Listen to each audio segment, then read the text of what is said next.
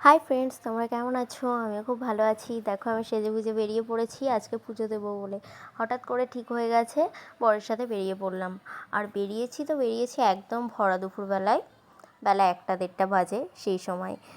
অনেক দিন ধরেই যাবো করছিলাম, সেটা যাওয়াটা আর হচ্ছিল না। তাই আজকে চটজলদি বেরিয়ে পড়েছি। আর সেদিনকার রোদটাও প্রচণ্ড ছিল। দেখো চারিদিকে, আমরা যেখানে যাচ্ছি পুজো দিতে তার চারপাশে পুরোটাই গ্রাম। আর চাষবাসটাও বেশিরভাগ জায়গায় হয়। দেখো পুরনো বাড়িগুলো, আর মন্দিরটা এতটাই দূরে যে অনেকটাই সময় লেগে গিয়েছিলো।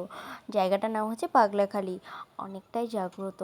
আমি একবার গেছিলাম ক্লাস 9-এ পড়তে, আর এই যাচ্ছি। সেইবার একটা ঢিল বেঁধে এসেছিলাম, কবে যে যাবো করে আর যাওয়া হয় না। আজকে মহাদেব চেয়েছে, তাই তার টানে টানেই চলে যাচ্ছি। আর জানো তো বন্ধুরা, আমার শ্বশুরবাড়ি হচ্ছে শিবনিবাস। সেটাও মহাদেবেরই আর একটা স্থান। আর তার থেকে অনেকটা দূরে পাগলাখালিও বেশ কিছুটা দূরে। তো আমরা সেখানেই যাচ্ছি।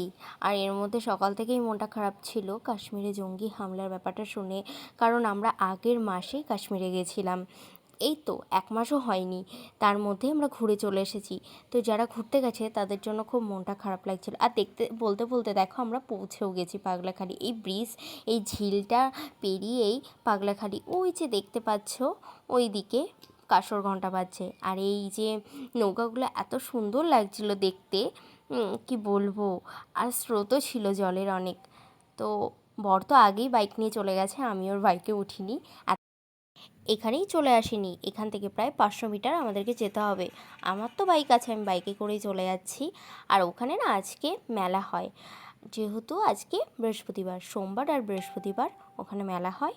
তো তোমাদেরকে দেখাচ্ছি মেলাটা কেমন। আর এই গরমের মধ্যেও যে এত লোক আছে। আর প্রসাদের ব্যবস্থাও ওখানে অনেক আছে, 4-5 জায়গায় দেয়।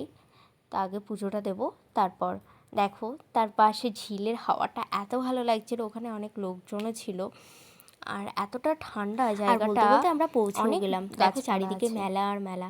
আর সামনেই দাঁড়িয়ে পড়েছি বাটা নেব বলে, বাটা নিয়ে পুজো দেবো।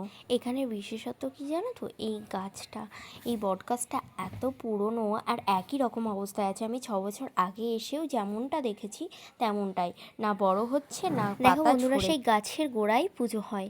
সেই গাছটা এতটাই জাগ্রত, এই গোড়ায় পুজো হয়। আমার পুজো হয়ে গেছিলো। আর ওখানে এতটাই ভিড় ছিল যে আমি ভিডিও করতে পারিনি, তাই তোমাদেরকে ফটো তুলে দেখাচ্ছি আমাকে কেমন লাগছে। আর পুজো দেওয়া হয়ে যাওয়ার পর খুব শান্তি লাগছিল যে আসবো বলেছি আর এসেও গেছি। বরেরও খুব খুশি, আমারও খুব খুশি।